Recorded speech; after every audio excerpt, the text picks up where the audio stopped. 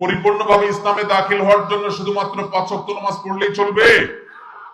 নামাজ পড়ার পাশাপাশি আমাদেরকে ভালো মানুষ হতে হবে। কোন মানুষের কোন অধিকার নষ্ট করা যাবে না। সকল প্রকার বান্দার হক আমাদেরকে আদায় করতে হবে। আল্লাহ রাব্বুল আলামিন আমাদেরকে তার যে আদেশ নিষেধগুলো আমাদেরকে মেনে চলতে বলেছেন, এর মধ্যে বেশ কিছু বিষয় আল্লাহ রেখেছেন যেগুলো মানবাধিকার সংশ্লিষ্ট, মানুষের অধিকার সংশ্লিষ্ট। শুধু মানুষ নয়, অন্যান্য প্রাণীকুল, অন্যান্য সৃষ্টি, এমনকি পোকামাকড়, এমনকি বৃক্ষ তরুলতা, এই সবগুলোর অধিকার আল্লাহ তাআলা আমাদের উপর রেখেছেন। আমাদের কর্তব্য আছে নিজের প্রতি, নিজের পরিবারের সদস্যদের প্রতি, মুসলমানদের প্রতি, প্রতিবেশীদের প্রতি, এমনকি অমুসলমানদের প্রতি, মানুষ তো বটে, এমনকি পশু পাখির প্রতি, কীট পতঙ্গের প্রতি, এমনকি নিষ্প্রাণ আল্লাহর যেসব সৃষ্টি আছে সেগুলোর প্রতি, সবকিছুর প্রতি আমাদের দায়বদ্ধতা আছে, আমাদের জবাবদিহিতা আছে। আপনি নামাজ ভালো পড়লেন, মুসলমান হিসাবে আপনি ভালো হওয়ার চেষ্টা করলেন, ইমানটাকেও খাঁটি করলেন, কিন্তু আপনি মানুষের অধিকার নষ্ট করলেন, মানুষের হক নষ্ট করলেন, মানুষকে কষ্ট দিলেন, মানুষ প্রতি জুলুম করলেন, মানুষের হক মেরে খাইলেন, মানুষের টাকা মেরে দিলেন। আপনি ব্যবসা করতে গিয়ে 2 নম্বরই কাজ করলেন, ক্রেতা হয়ে যখন গিয়েছেন তখনও আপনি খারাপ কাজ করেছেন। আপনি কখনো আল্লাহর খাতায় ভালো মুসলমান হতে পারবেন না। ভাইরা আমার, পরিপূর্ণভাবে ইসলামে দাখিল হওয়ার জন্য শুধুমাত্র 5 ওয়াক্ত নামাজ পড়লেই চলবে? নামাজ পড়ার পাশাপাশি আমাদেরকে ভালো মানুষ হতে হবে। কোন মানুষের কোন অধিকার নষ্ট করা যাবে না। আল্লাহ রাব্বুল আলামিন আমাদেরকে সেই কর্তব্য আদায় করতে বারবার সতর্ক করেছেন। প্রিয় নবী সাল্লাল্লাহু আলাইহি সাল্লাম বলেছেন, ইন্নালি জাসাদিকা আলাইকা হাক্কা।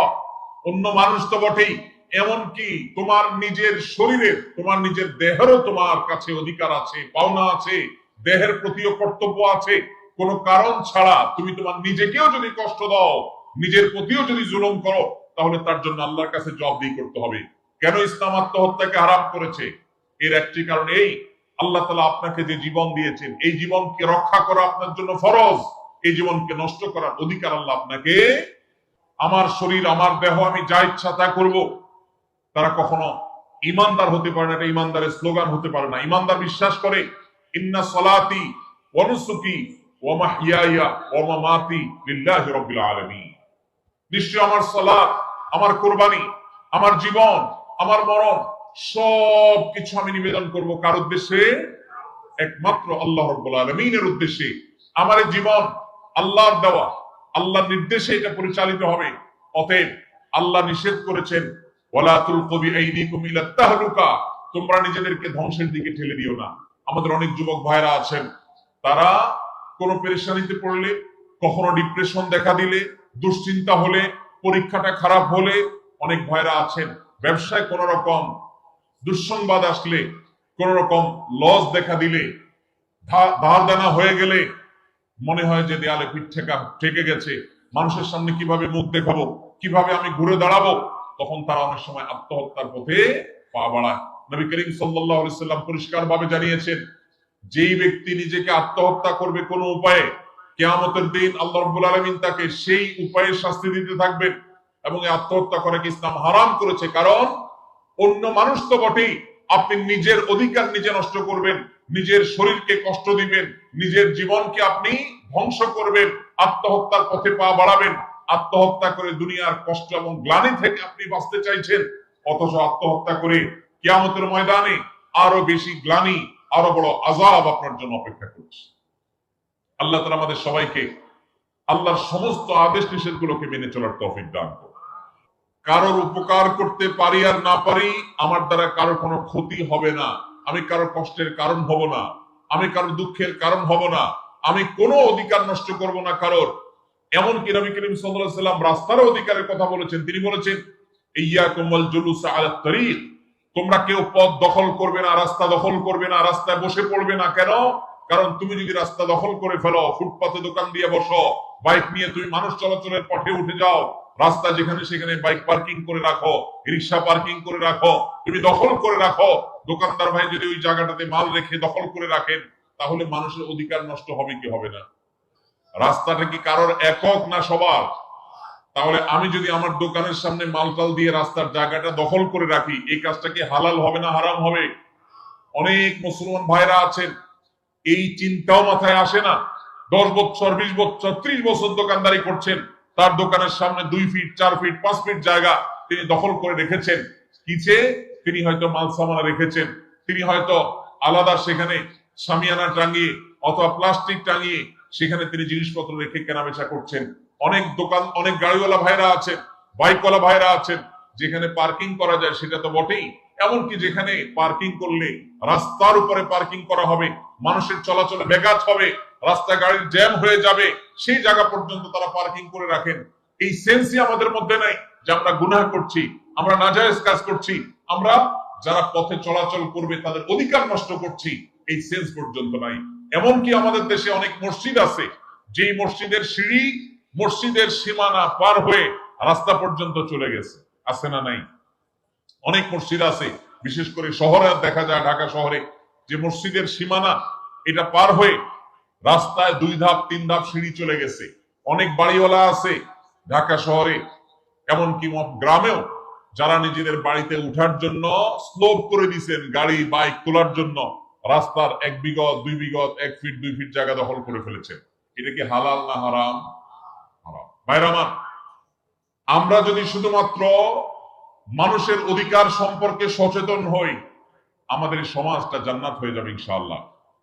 আমাদের সমাজে আজ নামাজি মুসলমান পাওয়া যায়, কিন্তু আমরা যেভাবে পারি অন্যের হক নষ্ট করি। আমরা অনেকে মনে করি হক নষ্ট করা মানে শুধুমাত্র টাকা মেরে খাওয়া। আমরা অনেকে মনে করি হক নষ্ট করা মানে কারোর জমি মেরে খাওয়া।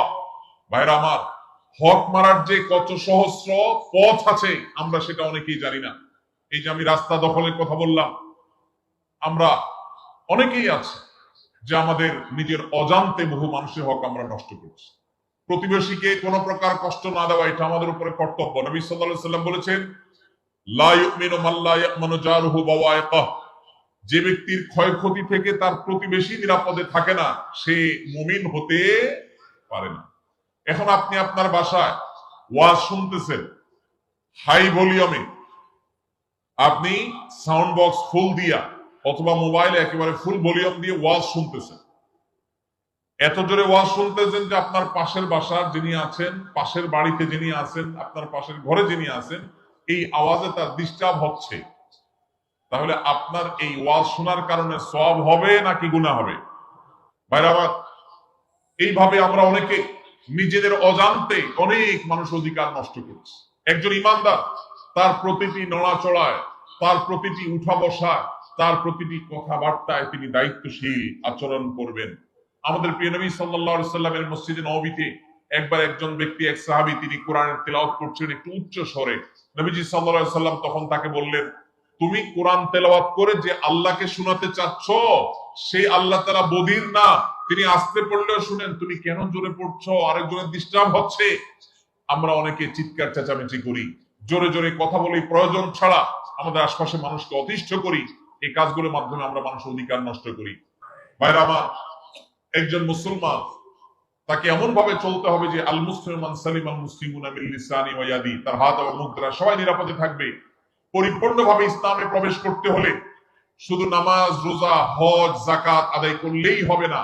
এগুলো ইসলামের স্তম্ভ, ইসলামের প্রধান প্রধান কাজ, সন্দেহ নেই। কিন্তু আমাদেরকে মানুষ হতে হবে, উপকারী মানুষ।